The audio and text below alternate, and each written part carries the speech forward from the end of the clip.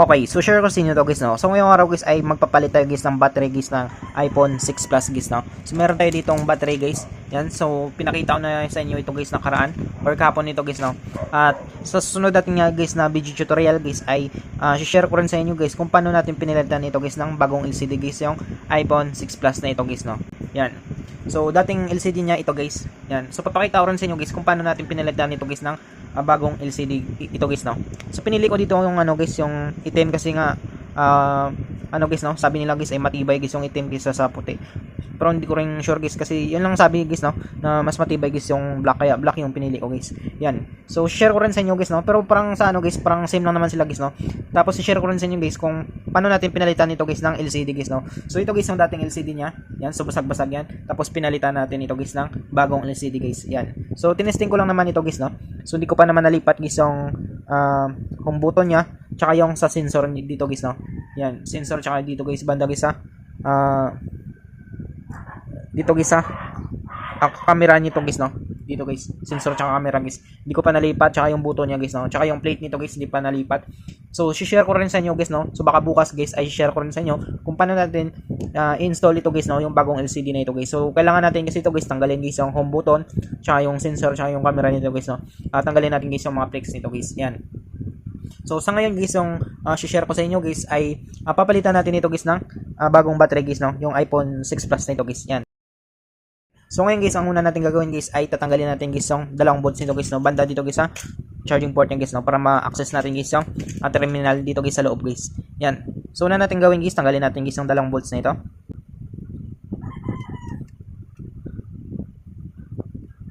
So ayan siya guys, no. So tanggalin natin.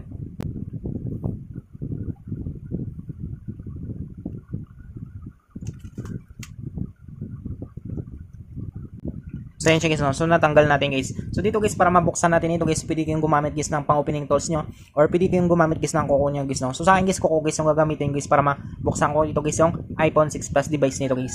Yan. So papakita ko sa inyo guys, no, kung paano natin buksan guys yung iPhone 6 Plus nito guys. So simulan natin. So dandan lang tayo dito guys, no.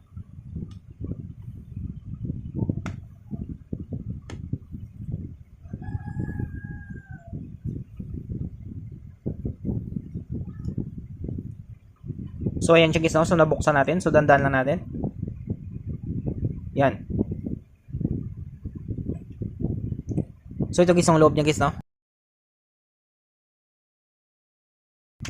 So una natin gagawin, tanggalin natin guys yung FBC connector guys ng battery niya. Sunod natin guys, tanggalin natin guys yung LCD niyan. So FBC connector muna guys yung tatanggalin natin guys ng FBC connector guys ng battery niya guys. Or yung tinatawag natin guys na flexible printed circuit nito guys, dito guys sa terminal niya, dito sa battery niya guys. Sunod natin guys, tanggalin natin guys yung LCD nito guys, no. So para hindi tayo mahirapan guys, magtanggal nito guys ng battery nito guys, no. Kasi yung battery nito guys ay parang stock ito guys, no. Yan. So parang stock ito guys yung battery niya. So meron pa itong glue guys sa ano guys, sa likuran nito guys ng battery. Kaya medyo makunat ito guys, tanggalin guys, no. So dito guys, kung makita nyo guys, ay meron pa yan dito ano dito guys, no, yung para sa glue guys, para ma-remove guys yung glue. Yan, so paikutin na lang sana natin. Ang problema dito guys ay parang sinubukan nila tanggalin ito guys, no. Kaso hindi nila natanggal guys, kaya yun, naputol guys yung pangtanggal dito guys ng glue dito guys, no. Yan. So ngayon guys ay tatanggalin na natin to guys, no. So papalitan na natin guys ng bagong battery niya guys. Ano ito guys, Fly CDI guys. Yan. So papakita ko rin sa inyo guys, no, kung paano natin tanggalin.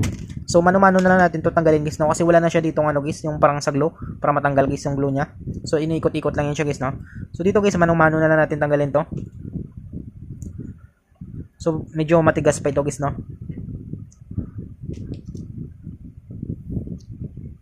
So dito guys ay gagamit tayo dito guys ng electronic liquid natin guys, no, para mabilis natin matanggal guys yung glue nito guys.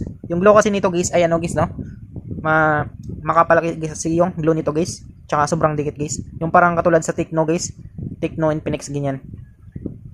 So mano-mano natin tanggalin to guys.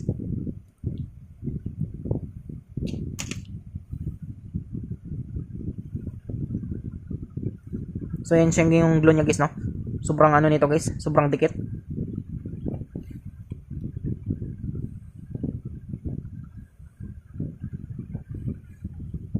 Sobrang tigas guys, no. So lagyan pa natin guys electronic liquid natin.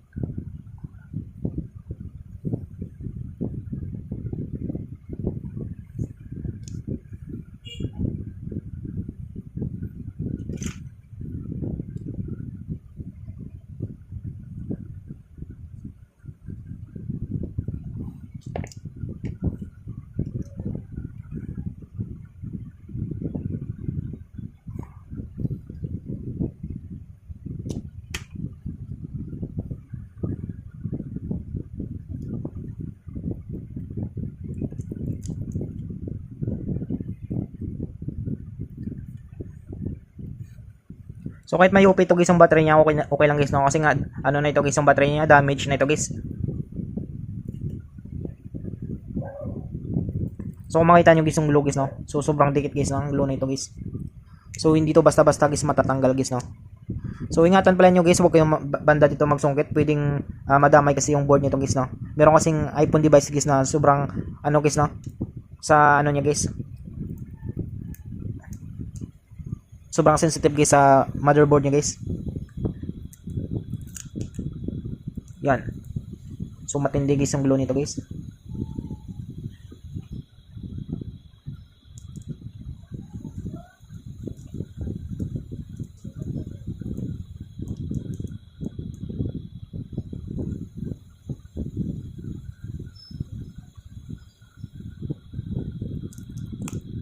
So ayan siya guys no. So natanggal natin guys. So sobrang kunat guys ng battery niya. Sobrang kapal kasi guys ng glue nito guys no. Yan. So parang glue guys ng Infinix tsaka yung Tecno guys. So ito guys yung battery niya guys na damage guys no. So wala na ito guys yung battery nito kasi patay na to guys no. So hindi na to siya buhay guys. So ito guys yung tinister natin. So 2014 pa ito guys yung ano niya.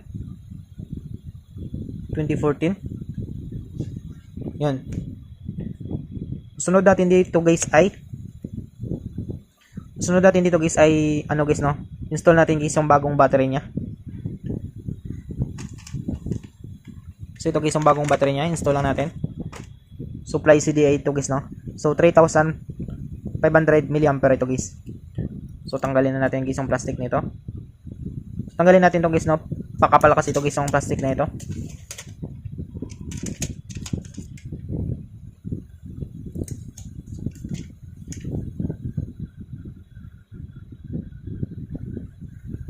So ang kagandahan pala dito guys ay meron na siyang pandikit dito sa likuran niya guys no. Yan. So meron na siyang pandikit dito. Ayan siya guys no. Meron na siyang extra pandikit guys. Yan. So okay na ito guys, tapos install na lang natin. So ayusin lang natin to guys no. Yan.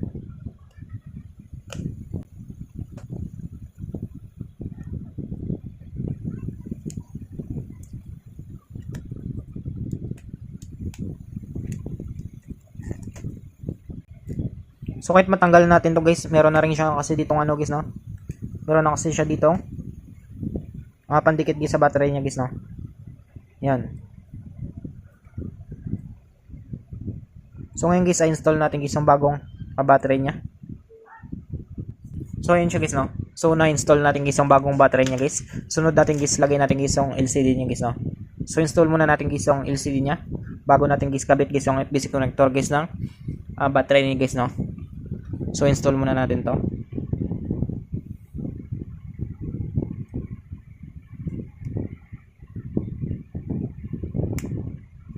So ayun siya guys no. So install na rin natin guys yung LCD nito. Sunod guys ay lagay na rin natin guys yung basic connector guys ng battery niya.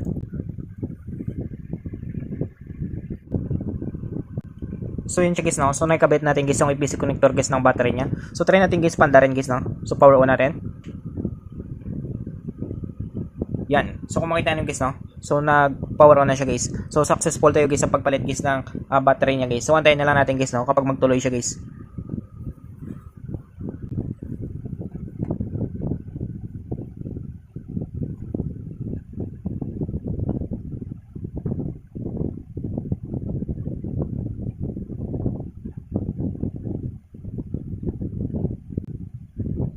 So yun siya guys no. So okay na siya guys. Yan. So ganun lang kadali guys no, kung paano natin guys palitan guys yung battery guys ng iPhone device natin guys ng battery guys. So I hope guys na matulong sa inyo itong video tutorial natin. Sa mga bago pa lang sa ating channel guys no, huwag natin kalimutan guys i-click guys yung subscribe at yung notification bell button para ma-update ko kayo guys sa susunod nating guys na video tutorial. Thank you guys and God bless sa lahat.